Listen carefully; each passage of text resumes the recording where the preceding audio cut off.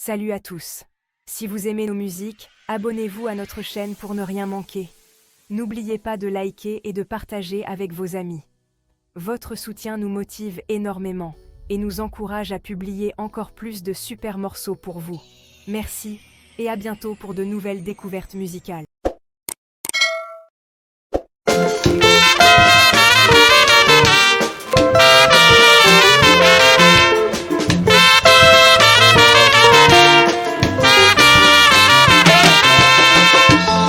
Me mamuno, je vais me donner pour ma mébéo. Pour ma mébéo, me mamuno, je vais me donner pour ma mébéo. Pour ma mébéo, me mamuno,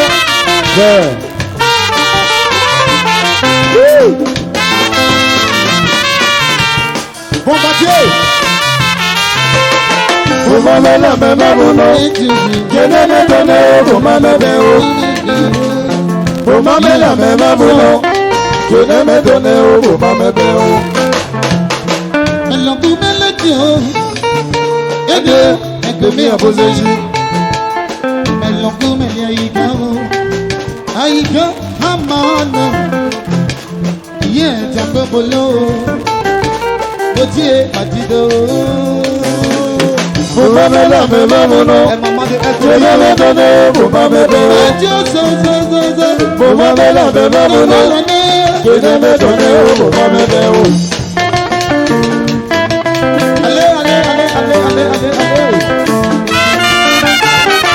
Arpegito.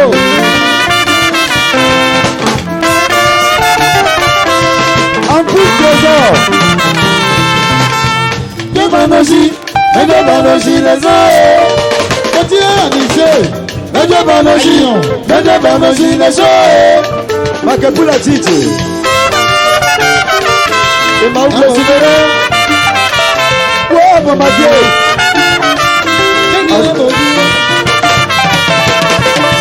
Devanoji, les ailes.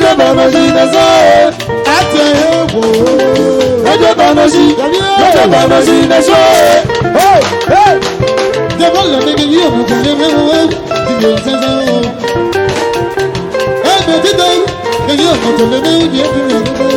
Il basse.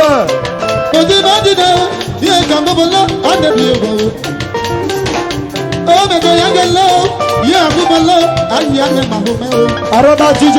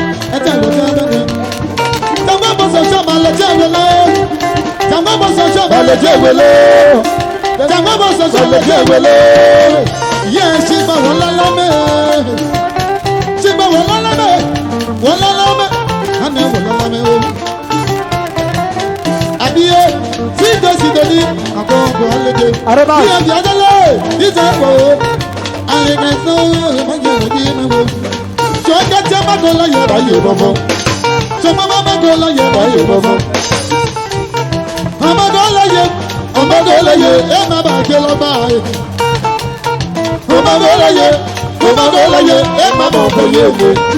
Go take my shoe, Mama Boye. Get in that too. Open on my hollow. Check your boat. Take your one. I like a show. Yeah, Mama J. I see how you Kabe. Woman, this is so different. I hear what I'm doing. Kabe.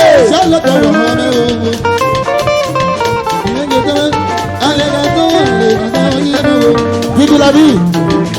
Petit, y'a l'autre.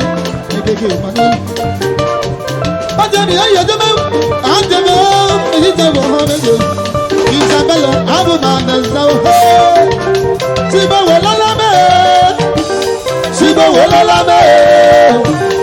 Siba wala la me. I just a beer about Mazalo. Yeah, they get it. I get over. He's our world. Gabe Pelasi. You're tigre. I'm going for holiday. For holiday. As a man tonight, I'm somebody better. And let you handle it. I don't know what's on you. I let them know. They can do it.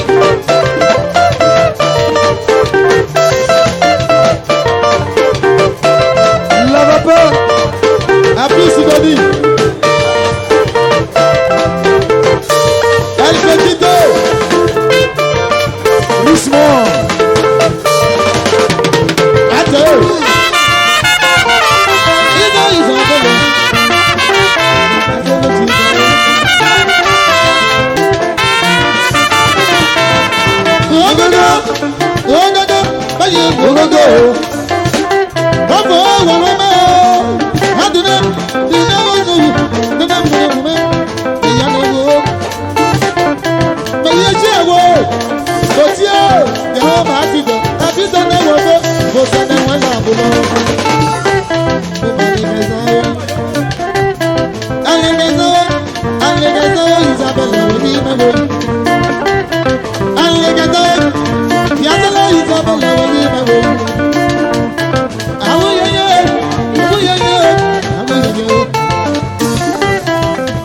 vie. Viens du mot. Allez, maison, les gâteaux, les gâteaux, les gâteaux.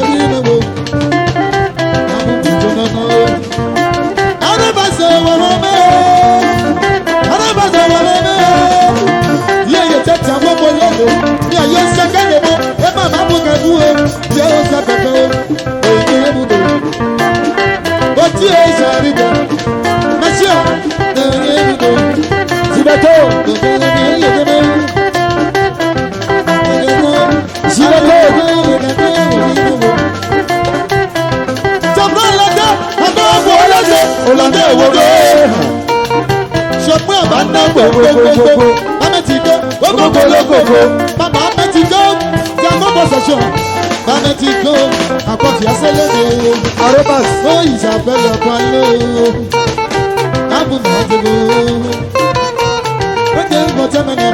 Allez, gâteau, dis-moi.